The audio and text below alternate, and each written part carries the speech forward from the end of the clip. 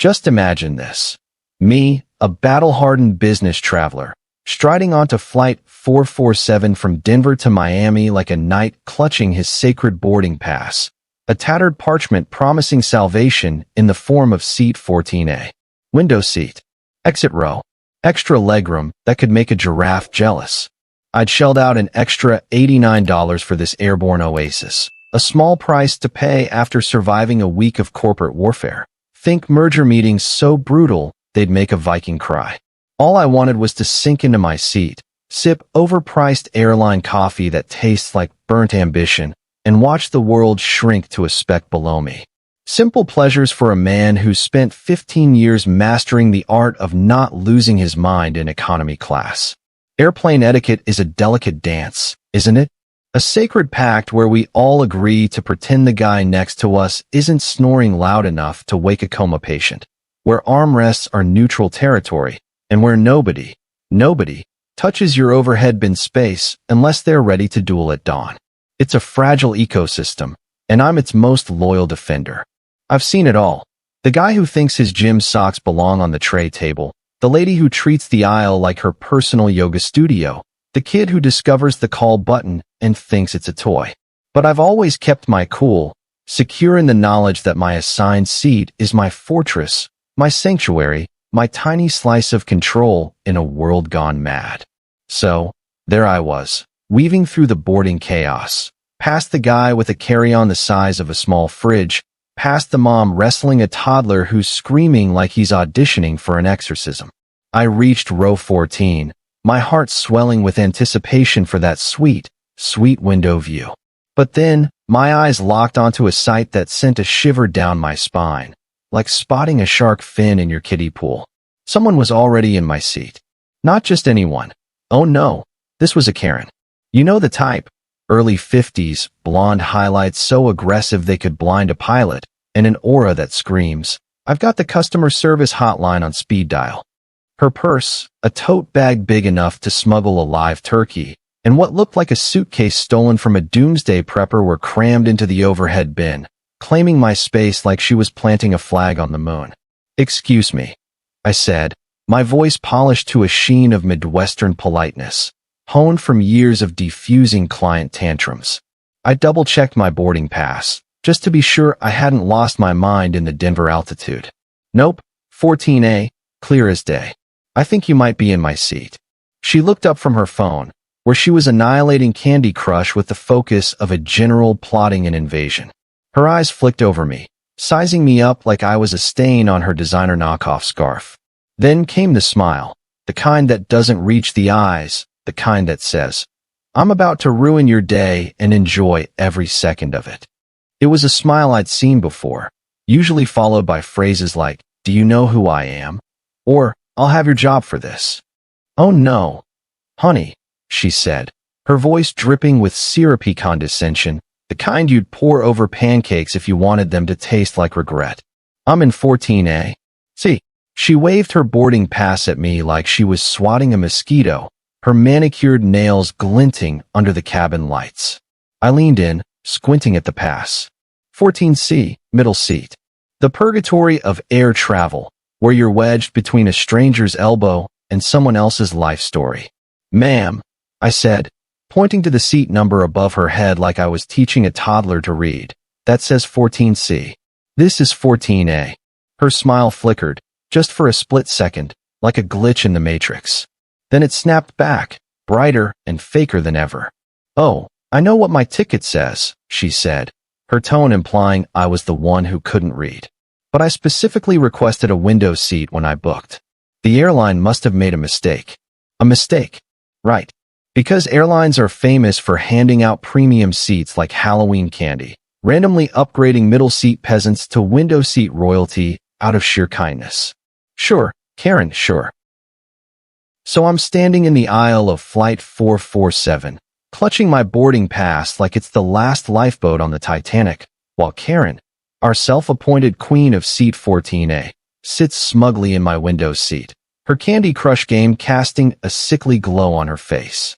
Her tote bag, which I'm pretty sure could house a small militia, looms in the overhead bin like a monument to her entitlement. The cabin air is thick with that recycled staleness, and I can feel the eyes of nearby passengers starting to dart toward us, sensing the brewing storm. I'm trying to keep my cool, but inside, I'm screaming louder than the toddler 3 rows back who's just discovered the joy of kicking seats. I understand that's frustrating, I said, channeling my best customer service voice, the one I use when explaining to clients why their urgent project can't be done by yesterday. It's a voice that says, I'm being reasonable, but I'm also ready to bury you in logic. But I paid an extra $89 for this specific seat. You're welcome to speak with a flight attendant about changing your assignment, but I'm going to need to sit here. Karen's smile didn't budge, but her eyes narrowed, like a cat deciding whether to pounce or just claw your face off for fun. Well, that's not very gentlemanly of you, is it? She said, her voice now laced with a venom that could curdle the complimentary coffee. I have a medical condition that requires me to sit by the window. Oh, here we go. The medical condition card, pulled straight from the entitled person's playbook, right between I know the CEO and this is an outrage. It's the kind of vague, unverifiable ailment that magically appears whenever someone wants something they're not entitled to. I've heard it all before. Anxiety that demands a first-class upgrade, claustrophobia that requires an entire row, or my personal favorite, sensitive eardrums that necessitate blasting their phone audio on full volume. Karen's claim was as predictable as turbulence over the Rockies. What medical condition requires a window seat specifically? I asked, my tone curious, but with just enough edge to let her know I wasn't buying her sob story. I leaned slightly against the seat back, partly to stay calm, partly because my legs were starting to cramp from standing in the aisle like a displaced refugee. I get motion sickness, she said, not missing a beat, her voice dripping with the confidence of someone who's rehearsed this lie in front of a mirror. I need to see the horizon to stabilize my inner ear. I nodded, slow and deliberate, like I was considering her words with the seriousness they clearly didn't deserve. That's interesting, I said, scratching my chin for effect. I actually have a pilot's license, small planes, nothing fancy, and I've never heard of motion sickness being treated by staring out an airplane window. At 35,000 feet, the horizon's just a blurry line of clouds, if you're lucky. Most doctors recommend focusing on a fixed point inside the cabin, like the seat back in front of you. Or, taking Dramamine. Her left eye twitched, just a tiny flicker, like a warning light on a dashboard about to blow. Score 1 for aviation trivia. I could almost hear the gears grinding in her head as she scrambled to double down. Well, my doctor specifically told me to request window seats, she said, her voice rising half an octave, like a kettle starting to whistle. Are you questioning my medical professional? Oh, Karen, you beautiful disaster. Questioning your doctor? No, I'm questioning your entire reality. But I kept my face neutral, the picture of calm rationality. Not at all, I said, spreading my hands in a gesture of innocence. I'm just saying, if you have a legitimate medical need for a window seat, you should have requested it when you booked. Or mentioned it to the gate agent. Airlines are usually pretty good about accommodating actual medical issues. I shouldn't have to justify my medical needs to you, she snapped, the fake sweetness peeling away like cheap wallpaper. Her voice had that sharp, clipped quality now, the kind that makes you wonder if she's about to demand my social security number and a DNA sample. This is discrimination. And there it was, the D word, dropped like a conversational grenade. Because apparently, expecting someone to sit in the seat they paid for is now a civil rights violation. I half expected her to start chanting, I have a dream, while waving her boarding pass like a protest sign. What's next? Would asking her to stow her tray table be hate speech? Would claiming my armrest be a war crime? Ma'am, I said, keeping my voice low and steady. I'm not discriminating. I'm just asking for the seat I paid for. If you've got a documented medical issue, I'm sure the flight attendant can help sort this out. Her face was starting to flush, a lovely shade of, I'm about to make a scene red. She clutched her phone like it was a lifeline, her Candy Crush game forgotten in the face of this grave injustice. You're being unreasonable, she said, her voice loud enough to make the guy in 14B, a businessman with a tie so loud it could wake a coma patient, glance up from his laptop. Unreasonable, I repeated, raising an eyebrow. I'm standing in the aisle, holding up boarding, because you're sitting in a seat you didn't pay for. If anyone's being unreasonable, it's the person treating this plane like their personal Airbnb. She opened her mouth to retort, but I could see the cracks forming in her facade. The other passengers were starting to shift uncomfortably, their collective patience wearing thinner than the airplane's complimentary napkins. I knew I had to keep the pressure on, but carefully, like playing chess with a toddler who's just discovered the board can be flipped over. Let's get the flight attendant involved, I suggested, gesturing toward the front of the cabin. They're the experts at sorting out seating disputes. Her eyes widened, just a fraction, like she hadn't expected me to call her bluff. I don't need a flight attendant, she said quickly. I just need you to be a gentleman and let me have this seat. Gentlemanly would be respecting the fact that I paid for it. I shot back, my smile as sharp as a paper cut. But sure, let's see what the crew thinks about your medical condition. The air between us crackled with tension, like the moment before a thunderstorm breaks. Karen was digging in, and I was ready to match her stubbornness with strategy. Little did she know, I'd been dealing with her kind for years, clients who think urgent means do it now or I'll scream. I wasn't about to let her steamroll me into the middle seat of doom. But as the boarding line backed up behind me, I could feel the clock ticking. This was about to get interesting. So there I was, locked in a high-altitude standoff with Karen, the self-crowned sovereign of Seat 14A, her blonde highlights practically glowing with the righteous fury of 1,000 HOA presidents. The cabin of Flight 447 was starting to feel like a pressure cooker, the air thick with recycled oxygen and the unspoken judgment of every passenger within earshot. My boarding pass, my one true ally, felt like a flimsy shield against her onslaught of entitlement. I just suggested we involve a flight attendant to settle this, and Karen's face was doing that thing where it can't decide whether to implode or explode. Spoiler alert, it was about to get explosive. Look, I said, pulling out my phone to flash my digital boarding pass, the modern equivalent of waving a white flag before going to war.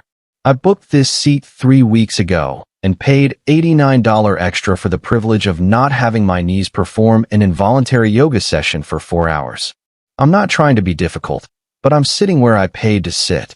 Karen stared at my phone screen like it had just insulted her entire bloodline. Her lips pursed so tightly I thought she might suck her own face into a black hole. That's ridiculous, she hissed, her voice carrying the kind of venom that could make a rattlesnake rethink its life choices. It's just a seat. What's the big deal? Just a seat. Just a seat. Oh, Karen, you beautiful hypocrite. If it was just a seat, why was she clinging to it like it was the last life preserver on a sinking ship? This is the logic of the entitled. What they want is the holy grail, but what you want is trivial. It's like they're born with a PhD in double standards. I could feel my inner sarcasm monster clawing its way to the surface, but I kept it leashed, for now. If it's just a seat, I said, my voice calm but with a razor's edge, then you won't mind sitting in your assigned one, right? 14C, middle seat, prime real estate for making lifelong enemies with both armrests. Her face flushed a shade of red that could have guided ships to shore in a fog. I was here first, she snapped, jabbing a manicured finger at the seat like she was claiming it in the name of Karenlandia. Possession is 9/10 of the law. I had to bite the inside of my cheek to keep from laughing. We were on a commercial flight, not staking claims in the Oklahoma land rush. Ma'am, I said, leaning in just enough to make her feel the weight of my disbelief. That's not how airplane seating works. If it was, I could waltz up to first class, plop down in a lie-flat seat, and claim squatter's rights. Should I try it? Maybe I'll tell them I have a medical condition that requires champagne and warm towels. Don't be ridiculous, she huffed, her voice hitting a pitch that made the overhead bins rattle. That's completely different. How is it different? I asked, crossing my arms and settling in for what was clearly going to be a masterclass in mental gymnastics. Because she was floundering now, her brain short-circuiting as she tried to explain why her seat theft was a noble quest while mine would be a crime against humanity. Because I have a medical condition. And we're back to the medical condition. It was like her brain had a single track, and that track was labeled Victim Card Express. By now, the other passengers were fully invested. The businessman in 14B, with his garish tie that looked like it was designed by a toddler with a crayon obsession, was watching with the glee of someone who'd just found free Wi-Fi. The woman behind us, pretending to read a dog-eared copy of People magazine, was clearly memorizing every word for her group chat later. Okay, let's try this, I said, lowering myself into the aisle seat for a moment, partly to avoid blocking the boarding line and partly because my legs were screaming for mercy. What exactly did your doctor say about window seats? I'm genuinely curious. She straightened up, clutching her phone like it was a holy relic. He said I need to see out to prevent motion sickness, she repeated, but there was a slight tremor in her voice now, like she was starting to realize her story was thinner than the airline's complimentary pretzels. Interesting, I said, nodding thoughtfully. And what's your doctor's name? I'd love to look up this cutting-edge window seat therapy. Maybe it's on WebMD under Creative Excuses for Stealing Seats. Her mouth opened, then closed, then opened again, like a goldfish realizing it's been dropped into a piranha tank. I don't have to tell you that, she stammered.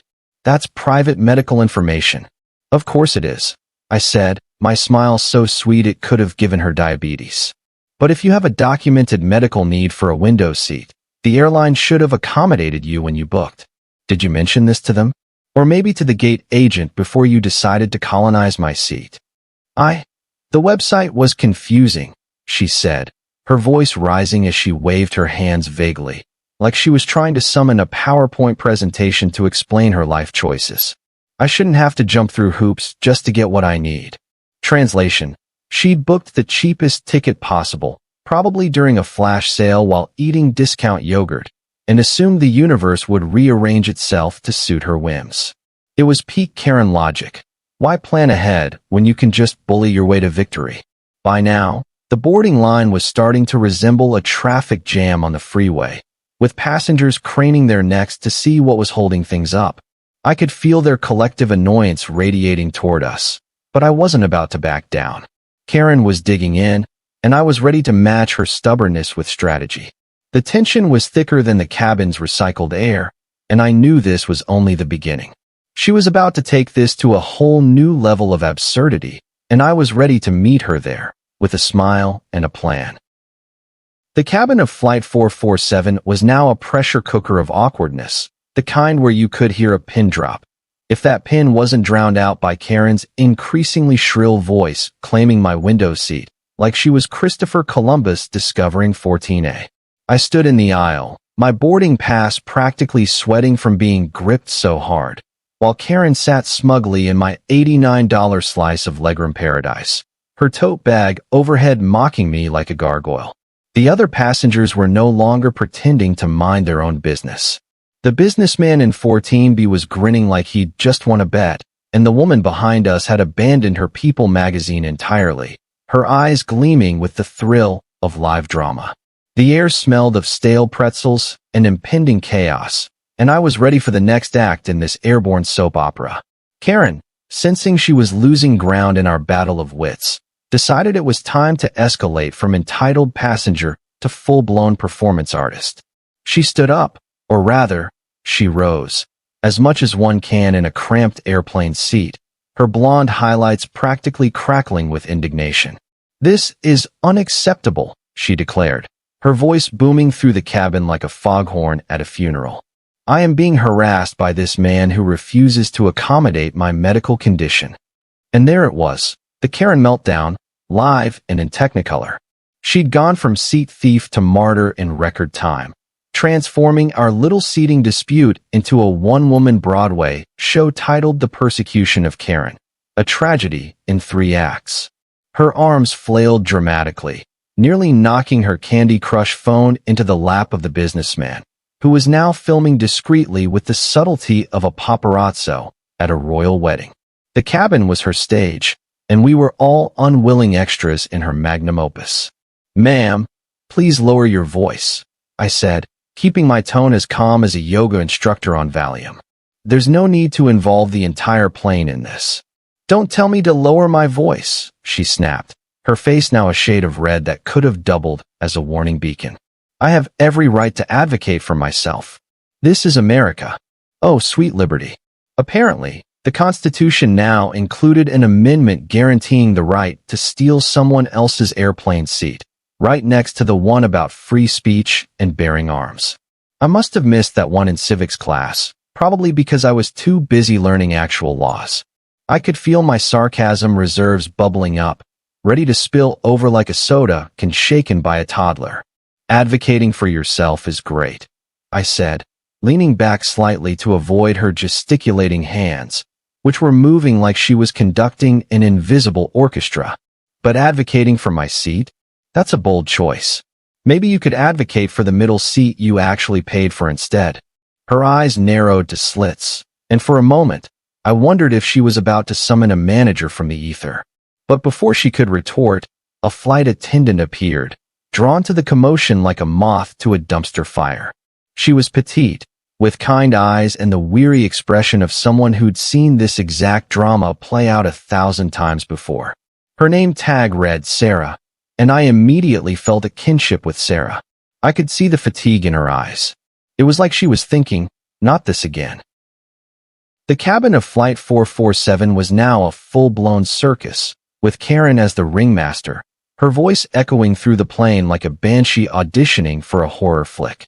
She stood in my window seat, 14A, my $89 oasis of legroom, gesticulating wildly, her blonde highlights practically sparking with righteous fury. Her tote bag loomed overhead like a monument to her audacity, while her Candy Crush phone lay abandoned, a silent testament to her one-woman crusade against airplane seating logic. The other passengers were riveted. The businessman in 14B was filming with the glee of a reality TV producer, and the woman behind us had ditched her People magazine for this live-action drama. The air was thick with the scent of recycled air and Karen's impending meltdown. Flight attendant Sarah, bless her patient soul, was trying to keep the peace. "Ma'am," she said, her voice as calm as a librarian shushing a toddler. "I'm going to need you to take your assigned seat so we can complete boarding and departure." Karen, however, was not about to go quietly into the middle seat night. She planted herself firmly in my seat, arms crossed like she was staging a sit-in at a coffee shop that ran out of oat milk. "I'm not moving," she declared, her voice hitting a pitch that could have shattered the cabin windows.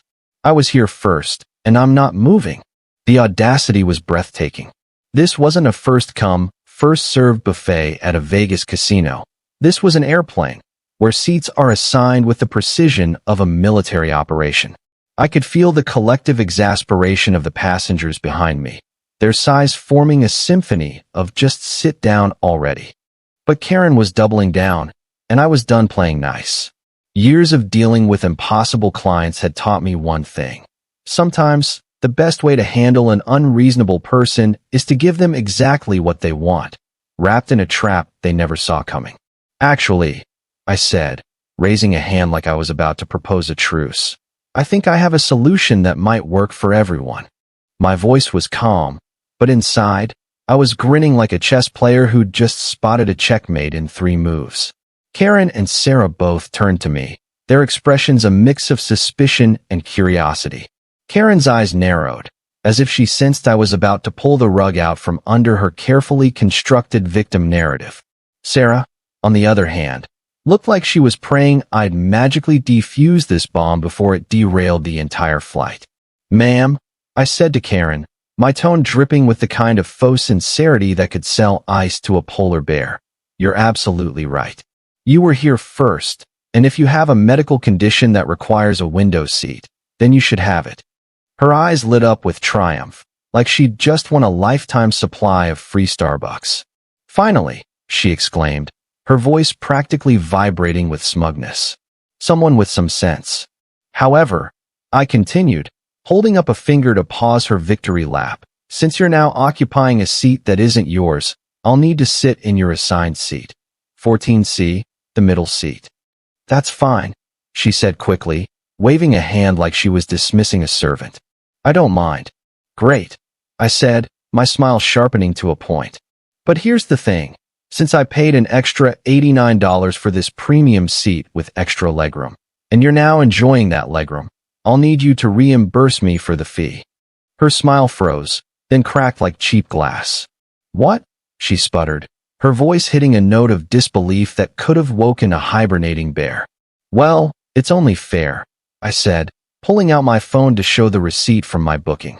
You're getting the benefit of the seat I paid for, so you should cover the cost. I've got the confirmation right here, $89 plus tax. Cash, Venmo, or PayPal, your choice. The cabin went silent, save for the faint hum of the plane's engines and the sound of the businessman in 14 be choking on his own laughter. Sarah, the flight attendant, was fighting a smile so hard I thought she might sprain something. Karen's face was a kaleidoscope of emotions, shock, outrage, and the dawning realization that she'd walked into a trap of her own making. That's ridiculous, she stammered, her hands clutching her purse like it was her only lifeline. I'm not paying for your seat. But you just said it was fine for you to sit in it. I pointed out, my voice as smooth as a con artist closing a deal. If it's worth sitting in, it's worth paying for, right? Or are you saying you want all the perks of my seat without any of the cost? That's like walking into a steakhouse, eating someone else's ribeye, and telling the waiter the bill is their problem. It's not the same thing, she snapped, her voice now loud enough to make the overhead bins rattle. How is it different? I asked, leaning back with the calm of a man who knows he's already won. You keep saying you have a medical condition, but you didn't mention it when you booked, didn't document it with the airline, and can't seem to explain it beyond, I need the window. So either you pay for the seat you're stealing, or you take the middle seat you actually paid for. Simple. The businessman was no longer hiding his amusement. He was openly grinning, his phone still recording what was surely destined to be the next viral X-post. The woman behind us was whispering to her seatmate, probably live tweeting the whole thing.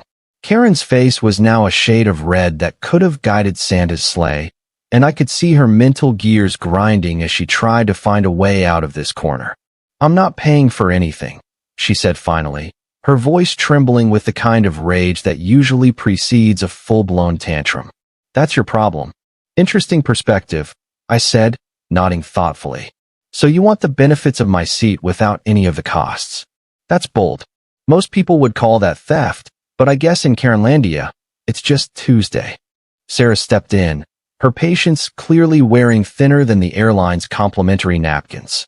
Ma'am, she said, her tone now carrying a hint of steel, I really do need you to take your assigned seat. We're holding up departure. Karen's eyes darted around the cabin, searching for an escape hatch that didn't exist. She was cornered, and she knew it. But if I'd learned anything from 15 years of dealing with difficult clients, it was that people like Karen don't go down without a fight. And oh, was she about to bring the fight to a whole new level of absurdity. Flight 447 was now a gladiatorial arena, with Karen as the self-appointed lion, roaring her entitlement from my window seat. 14A, my $89 haven of legroom and dignity. Her blonde highlights glowed like a neon sign reading "Manager Wanted," and her tote bag loomed overhead like a dark cloud of impending doom. I stood in the aisle, my boarding pass practically wilting under the pressure, while the cabin air grew thick with the stench of recycled oxygen and Karen's escalating tantrum. My clever trap, demanding she reimburse me for the seat she'd stolen, had left her sputtering, her face a crimson masterpiece that could have doubled as a distress flare. But Karen wasn't done yet. Oh no, she was just warming up for her grand performance. Flight attendant Sarah, our saintly referee, was trying to herd this circus back to order, her voice a beacon of calm in the storm. Ma'am, she repeated, I need you to take your assigned seat. We're holding up departure. But Karen, oh Karen, was not about to slink back to the middle seat of doom without a fight. She was clutching my seat like it was the last chopper out of Saigon, her eyes darting around for an ally who didn't exist. That's when the cavalry arrived. Not for her, but for me, in the form of the most glorious peanut gallery an airplane dispute ever had. Excuse me, came a gravelly voice from across the aisle. It was an elderly gentleman, his veteran's cap tilted just so, his face etched with the kind of wisdom that comes from surviving 60 years of air travel and probably a few wars.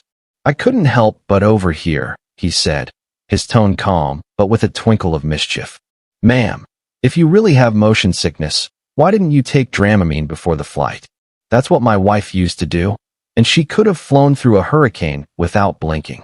Karen whipped around to face him, her expression a mix of shock and outrage, like he'd just suggested she trade her tote bag for a fanny pack.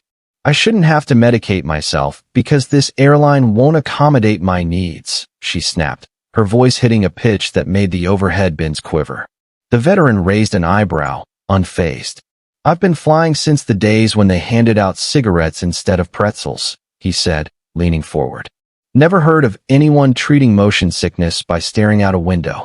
Usually, it's the opposite. Looking out during turbulence makes you want to lose your lunch faster." The cabin erupted in muffled snickers, like a dam of amusement had finally cracked. Karen's face went from red to a shade that could have guided ships through a fog bank. "Well, you're not a doctor," she retorted, pointing at him like she was accusing him of stealing her last shred of dignity. "Actually," came another voice, smooth and authoritative, "I am." A woman a few rows back stood up slightly, her scrubs and medical ID badge marking her as someone who didn't mess around. "I'm Dr. Martinez, emergency medicine. Motion sickness on planes is typically treated with medication, like Dramamine or a scopolamine patch.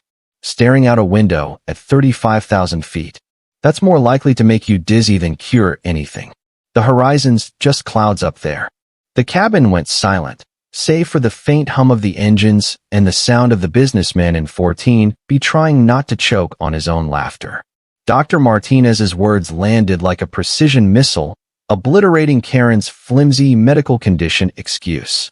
"I could have kissed her, but I settled for a mental high five." Karen's mouth opened and closed, her fish-out-of-water routine now in full swing.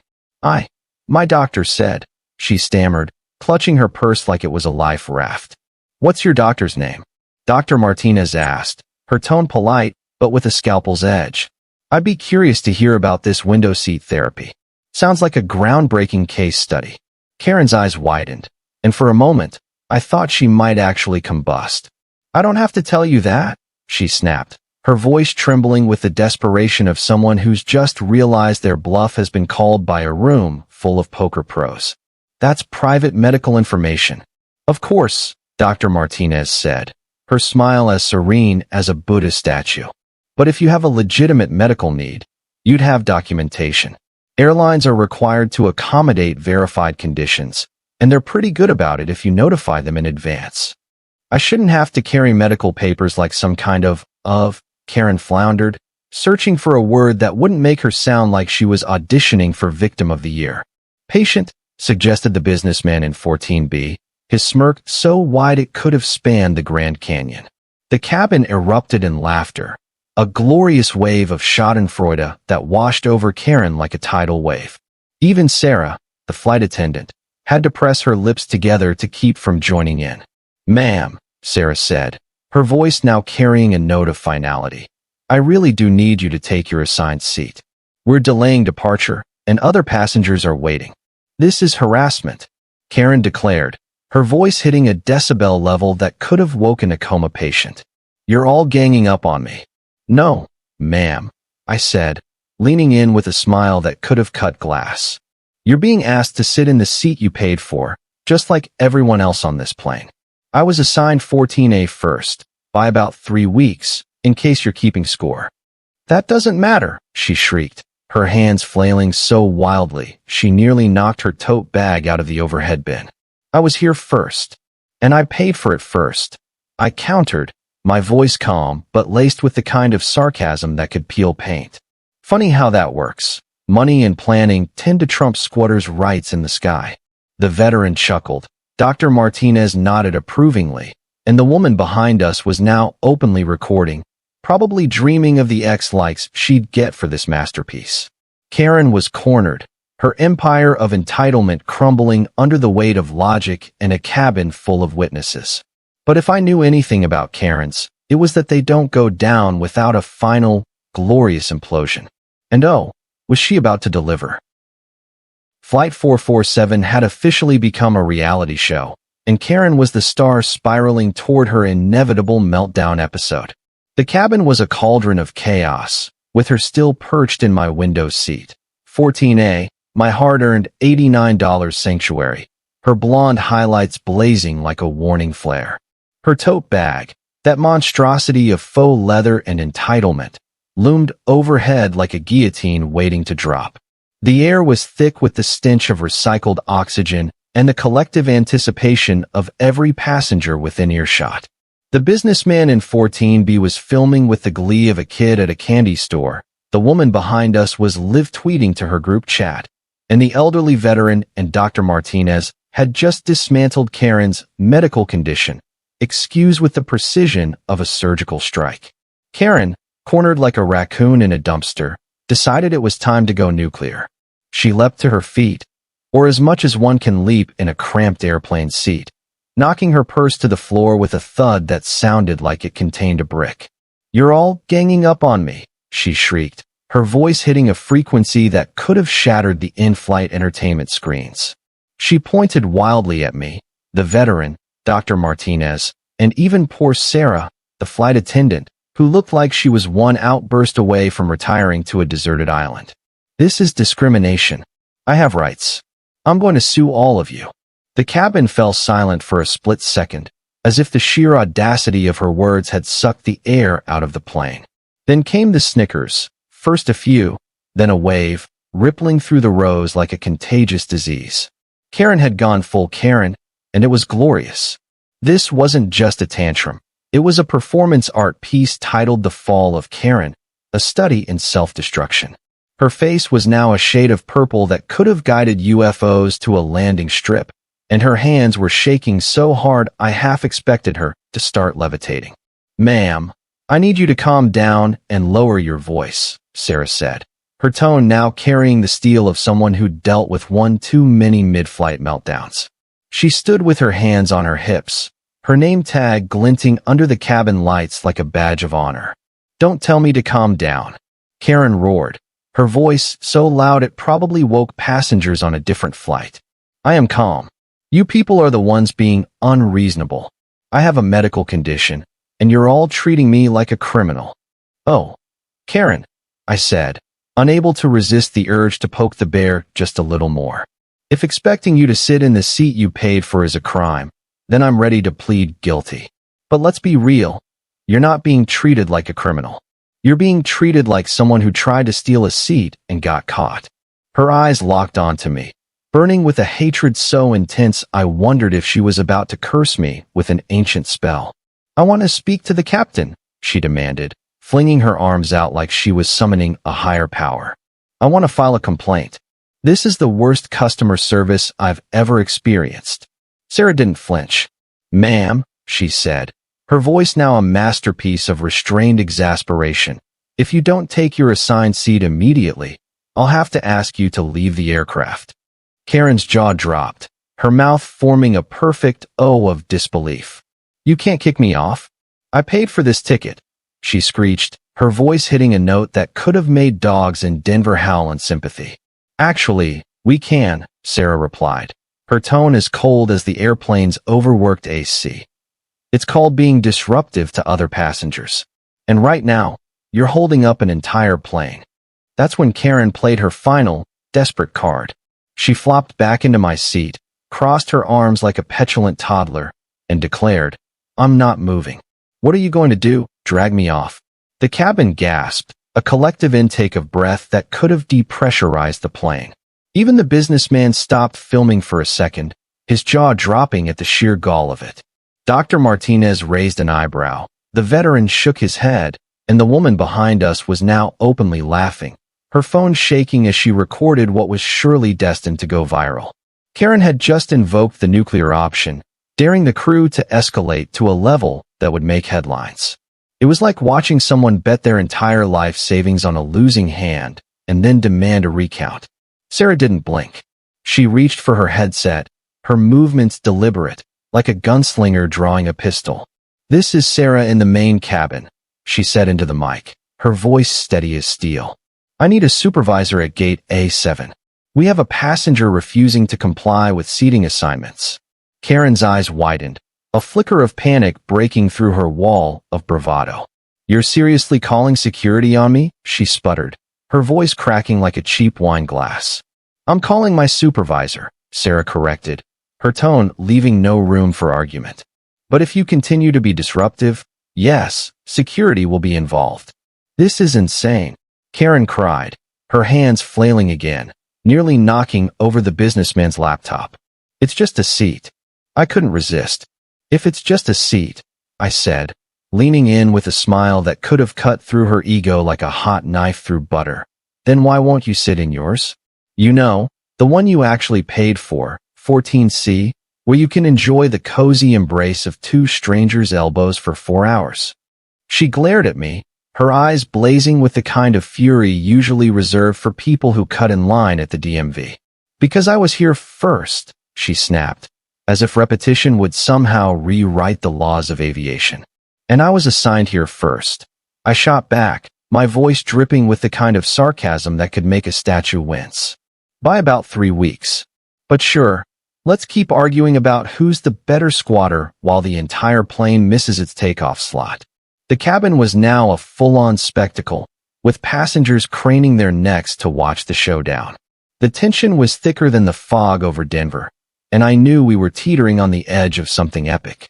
Karen was about to face the consequences of her own hubris, and I was ready to watch it unfold with a front-row seat, figuratively and, soon, literally. Flight 447 had become a battlefield, with Karen as the fallen general, her empire of entitlement crumbling in the face of logic, witnesses, and a no-nonsense flight crew. Karen was still perched in my window seat, 14A, my $89 slice of airborne nirvana, her blonde highlights dimmed by defeat, but her arms crossed defiantly, like a toddler refusing to leave the candy aisle. The businessman in 14B filmed with the glee of a documentary filmmaker capturing a rare species meltdown. The elderly veteran, Dr. Martinez, and the woman with the Abandoned People magazine were now a chorus of justice, their earlier interventions having shredded Karen's medical condition, excused like a paper shredder through a bad resume. The supervisor arrived in minutes, a woman in her 50s with the no-nonsense aura of someone who'd wrangled more Karens than a zookeeper wrangles escaped monkeys. Her name tag read Linda, and her eyes had the steely glint of a judge about to deliver a verdict.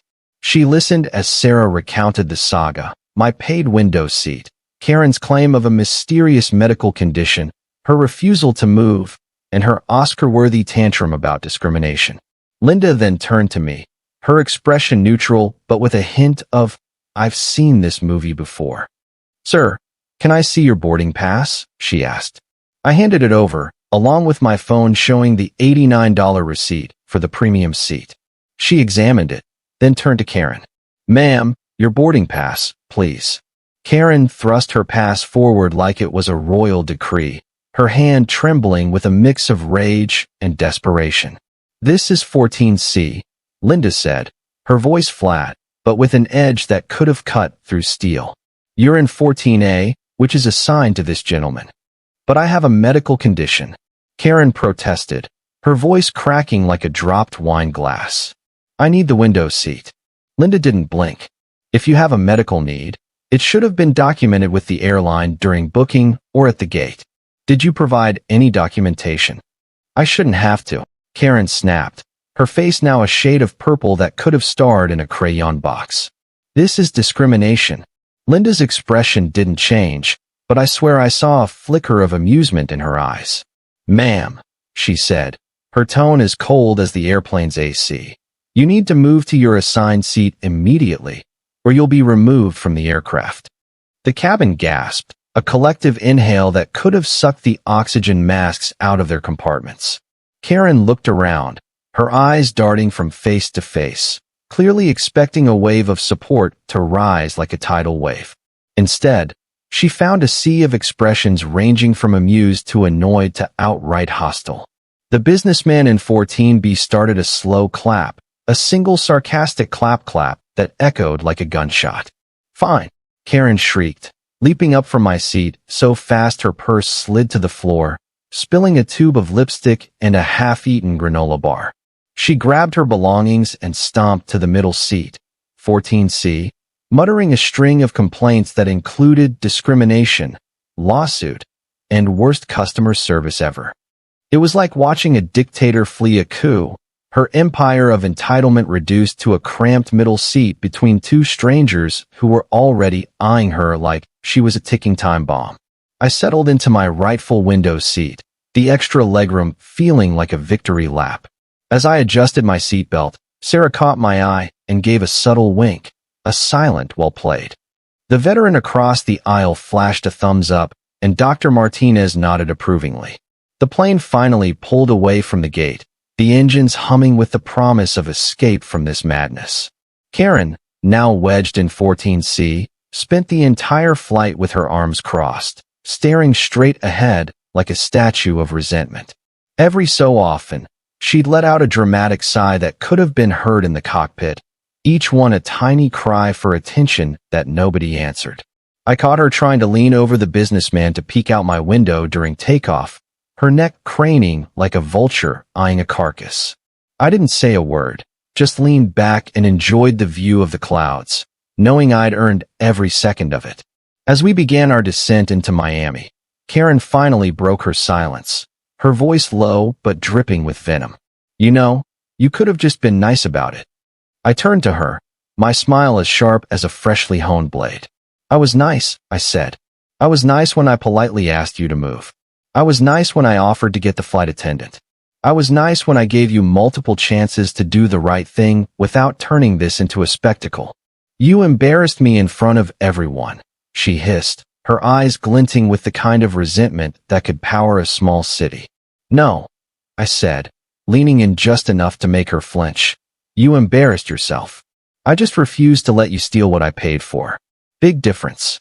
She huffed and turned away, her gaze fixed on the seat back in front of her, but I caught her sneaking one last wistful glance at the Miami skyline through my window as we descended. It was almost poetic, her longing for what she couldn't have, trapped in the middle seat of her own making. After we landed, Karen was the first off the plane, shoving past passengers like she was fleeing a crime scene. I never saw her again, but Sarah later told me she'd filed a complaint with the airline, claiming discrimination and hostile treatment. The airline's response: a voucher for a free middle seat on a future flight. I hope she frames it. As for me, I leaned back in 14A, watching the sunrise over the Atlantic, the clouds painted gold and pink like a victory banner. That view? Worth every penny of the $89 and every second of the battle. It was justice at 35,000 feet. Some people never learn, but I'd like to think Karen left that plane a little wiser, or at least with a new appreciation for the middle seat. Thank you for being with us. Please share in the comments where you are watching from and whether you liked everything, and see you next time.